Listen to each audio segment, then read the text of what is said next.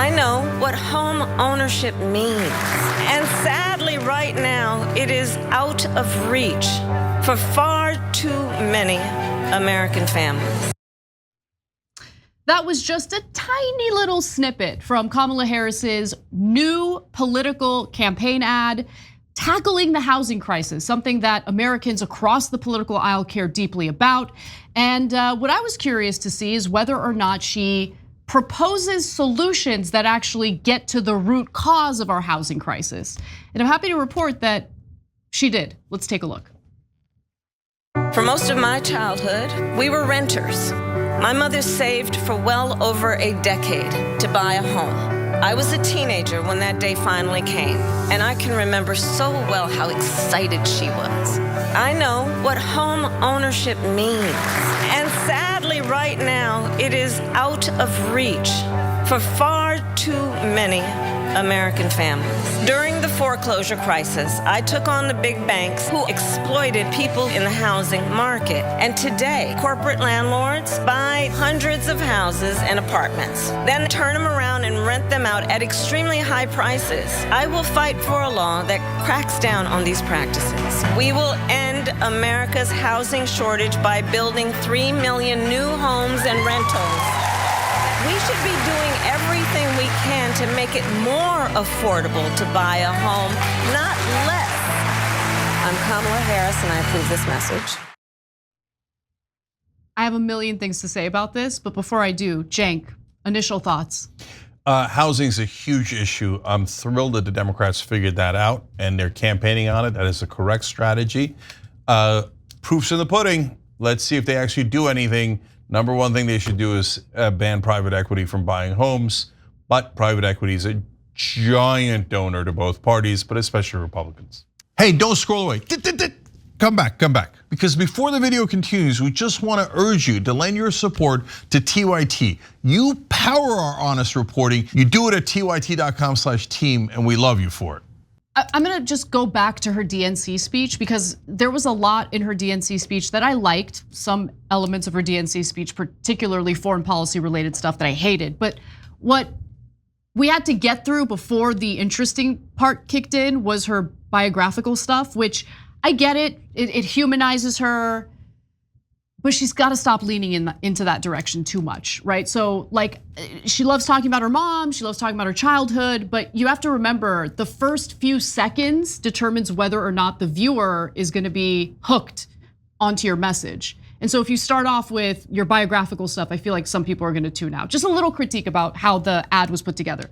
Putting that aside, her solutions make sense, and finally, there's a politician on the national scene who is addressing the root causes of our housing crisis. Now, the private equity stuff is a problem. That is not the root cause, but that is a problem. And I like the fact that she mentioned that and said that she's going to tackle private equity firms snatching up single family homes that would typically be bought by middle class families, right? She doesn't outline how she would do that. And to be honest with you, when you look at the campaign money that she has raised in just a few short weeks, I'm a little bit worried that the donors will probably stand in the way of her actually pursuing any type of proposal against Blackstone or any other private equity firm buying up single family homes. But the bigger issue, Cenk, the bigger issue is the lack of inventory in the housing market. And she addressed that. She mentioned that she wants to build 3 million new homes. Subsidizing housing, meaning giving people assistance, financial assistance in order to pay for the down payment of a home, that doesn't address the housing crisis because we don't have enough homes for people to buy. So I like that she's addressing that. I look forward to seeing what her detailed proposal is. Yeah, so I know why she does the biographical stuff because one of the most important things in politics is being quote unquote likable. And new poll out showing she's increased her ratings in terms of approval and specifically in the likable category. She's passed Donald Trump on that and she's tied Donald Trump on strength. That's a different story we'll get to. So I get it, I respect the game, I don't have a problem with it. The policy proposals make a difference. Number one, I want to defend her because everybody keeps saying she didn't have any policy, she doesn't have any policy. That's not really true. She has a housing policy with some level of specificity. Actually, I think a lot of specificity.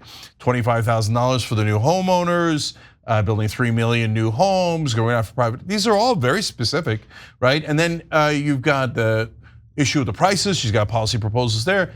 Meanwhile, do they do the same thing for Trump? Trump's policy is me good, everyone else bad. Me love corporate tax cuts. Me and my rich friends eat that up. That's it. What else he's got? No, I mean, look, let's be fair, okay? He does the same thing that in this case Kamala Harris is doing, right? He'll say things like, we're gonna seal the border, right? Like, so it.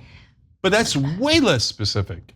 I mean, look, Kamala Harris says we're gonna build 3 million new homes. Okay, great, how? How are you gonna fund it? How are you gonna build it? Which developers are you gonna give grants to? Like, there's no way any candidate's gonna get to which developers they're gonna give it to. It hasn't even passed. I know, but I just wanna be clear. At this stage in the election, and I'm not in favor of this, I'm actually 100% against this. Very light on policy on both sides. Just a lot of aspirational talk about what they'd like to accomplish without explaining how they're gonna accomplish it. I don't know. I think that her policy proposals are very much in line with what people normally do. But everybody's got a different opinion on it. But okay, my problem is completely different and arguably worse, which is, does it really matter? Because the Democrats almost never do their proposals. So I mean, if you're a Kamala Harris supporter, you're a Democratic Party supporter, I love you, but I'm gonna break your heart a little bit. Guys, think about it. Every single time, Biden proposed like 100 things, 80 things, right?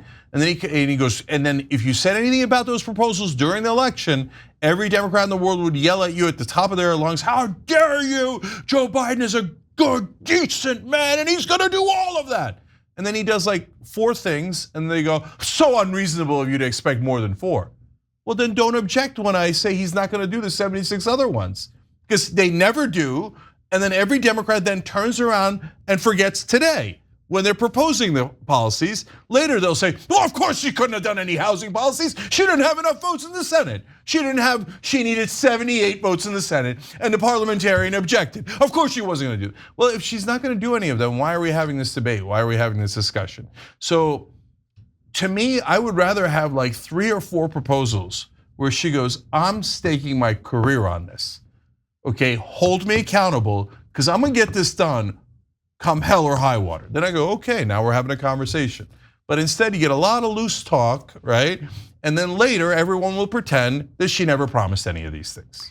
Listen, these politicians are just like us. They're mere mortals. And just like us, they're motivated by incentives and disincentives. And this is something we talk about on the show quite often, so much so that it almost sounds cliche. But if you want to determine whether or not a politician is actually going to carry out the policies they purport to want to carry out, look at who's funding their election. Look at who's funding their campaign. Kamala Harris has raised $500 million in a few short weeks. Okay, there are billionaire donors who are donating to her campaign. Now, the Harris campaign has been bragging about how, oh, well, 1/3 of our donors are actually first-time donors. And the majority of those first-time donors happen to be, teachers and nurses, and that's great, but that's only 1/3 of her donors. And so where's the rest of the money coming from? It's coming from big donors, it's coming from billionaire donors, and these are not individuals who are interested in seeing their taxes get increased. These are not individuals who are interested in seeing more regulations as it pertains to private equity firms and their ability to snatch up residential buildings and houses. And so I look at that. Instead of judging whether or not the politician is a good guy or a bad guy, or good girl or bad girl, woman, whatever. That sounds fun. I know, sorry. I didn't mean to call her a girl, but you get what I'm trying to say here. Just look at the incentives and disincentives. And really the incentives always have to do with the legalized bribes that play a huge role in our electoral system now. Yes. So 2 things more about this. One, to your point, we're gonna have a story a little bit later in the show about the top 50 donors. And at the very top of the list, in the top 10, there's like 4 private equity guys, gigantic private equity guys, all in favor of Trump. Because why? Trump says to them, I'll let you do whatever you want. I'm gonna buy up all the homes. Yeah, go ahead, buy them. What do I care? Am I getting any piece? Well, it's gonna screw over the American people. It's gonna make housing completely unaffordable. Who cares? You're giving me money? Great, I'll let you rob the place blind. You just reminded me of something I've been wanting to say on the show. So thank you for bringing that up. The Republican Party has been spending a lot of time judging individuals who either made a decision or just simply can't have children. And the argument that they make is, well, these are people who don't have any type of investment in the country's future. Okay, number one, these are also the same people who say all of our societal problems start at home with crappy parents, but okay. There are Americans who do have an investment in the country, and oftentimes it comes in the form of owning a home, right? The biggest investment that you'll make in your life as a working class American. And snatching that opportunity away from Americans, ordinary Americans, hardworking Americans, it leads to a lot of anger. It makes you wonder, like, well, why do I care so much, right? Like, what's my investment? What's my investment here? What's my investment in this community? Anna, you mentioned building more homes is arguably more important than private equity buying them. If I understood you right, I actually don't agree. I think private equity is a steamroller.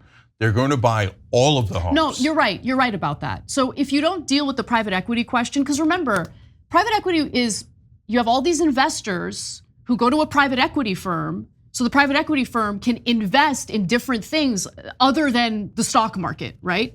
And so they're investing in real estate because there's a lot of money to be made with real estate. And so if they have the capital to just buy up the homes outright, they don't have to worry about taking out mortgages, which is why if you're an ordinary American, you're gonna have to take out a mortgage. You're gonna have to finance buying a home. There's like no competition there. Private equity firm is gonna snatch up the home. So you're right. Both of them kind of go hand in hand. Both of those issues go hand in hand. We do need to increase inventory, but we need to have, for lack of a better word, red tape in the way of these predators who come in and snatch everything up for themselves. Yeah, look, it's just called laws, right? We used to have laws against loan sharks, against so many different things that would take advantage of the average American and screw them over. So this is not a hard law at all. If I was in charge, I would drive all private equity out of private residences. Guys, that's the #1 way we build wealth for the average American in this country. And they're gonna snatch it away from you, and then you're gonna have to rent from them at whatever prices they said. It'll eventually be an oligopoly that is controlled by a few companies. Yep. And you won't get to build any wealth, and you'll be paying all of your salary in rent to these private equity guys. Yeah, to your slumlords. So now, last things on Trump. Look, guys, so Kamala Harris's policies are fine. I don't really quite believe them. You have to be concerned about her donors, etc. But whenever you get to Trump, he's always so much worse than everyone else, right? So his donors are almost, well, they're not almost. They are the largest private equity funds in the world. And he says, I'll give you anything you want. So he's gonna totally screw you over on housing. If you're MAGA and you don't believe it, yeah, okay, you'll believe it when you don't have a home and then see how it turns out for you. You think Trump's an angel and even though the private equity guys are giving him all that money, he's not gonna deliver for them? Get out of here, okay? So I'm not in the mood for irrational people. Then you ask Trump, hey, what are you gonna do about housing? So, okay, if he's gonna take on private equity or build more homes, this is time to say it. He said 3 things so far. One is, I'm gonna end illegal immigration, I'm gonna seal the border. The undocumented immigrants that are coming to this country because they don't have a dollar in their pocket, they're buying up all the homes? They bought the homes in the suburbs? What the hell did they come here for if they had that much money? Okay, that is so dumb. You can say, hey, close the border, I love that and I want that. That's fine to have that opinion, but it has nothing to do with housing. Maybe it drives up rent a little bit around the edges, but they're owning the homes, they don't have enough money for it. And then his second idea is, I'm gonna let them do anything they want on federal land. We could build more houses too, because he mainly wants to drill on federal land. Is it that we're lacking land? We're not lacking land. We're not lacking land, we have all the land in the world, that's not the issue. And that's his best proposal. His third one, which he mentioned to a supporter on Fox News, we covered that clip. The guy said, look, I got 8 kids, 5 of them are having trouble paying the rent, what can we do about it? He comes back and goes, drill baby drill. I'm gonna let the oil companies drill more. Oh my God. What does that have to do with housing? He's just going through a laundry list of, here's my donors. We deserve oil better. companies are my donors, drill baby drill, open up federal land. Okay, you guys are worried about the border. Remember that 3.5 feet of wall that I built with 6 months left because I forgot about it?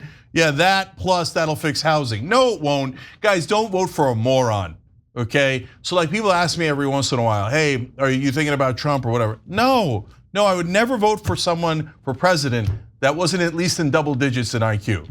He's one of the dumbest people alive. I'm not gonna put that guy in charge of the nukes again. We barely survived last time. How much more are we gonna, like the idea that like, oh, all of our problems have to do with the fact that we're not producing enough energy. We're the top producer and top exporter in the entire world. It's not our oil, guys. It is our oil. It is, but then they take it, they pay us a pittance. Do you know, I looked into this, that the oil companies pay us half the royalties they pay other countries. Yeah, because they can get away with it here. Exactly. So when they go to drill in other countries, whether they're developed countries or not developed countries, the non-developed countries get beat down more by the oil companies. But even they get higher rates than we do because we legalize bribery. So the oil companies just come to a crook like Trump and they go, we're gonna give you a lot of money for your campaign. Then you let us take all the American oil and we'll pay you less, the American taxpayer less than we pay Somalia or Finland or wherever we're taking the oil from. Let's treat them like a bunch of suckers and let's poison their community. Let's create climate change as long as you get paid, right, Donnie? And he's like, oh yeah, I'm in. Suckers and losers, American people, right? Give me more. You wanna vote for that son of a bitch? Okay, I got no interest in Donald Trump, one of the worst people there is in politics anywhere else. Totally selfish, egomaniac, idiot. Thanks for watching The Young Turks, really appreciate it. Another way to show support is through YouTube memberships. You'll get to interact with us more. There's live chat emojis, badges. You've got emojis of me, Anna, John, JR, so those are super fun. But you also get playback of our exclusive member-only shows and specials right after they air. So all of that, all you gotta do is click that join button right underneath the video. Thank you.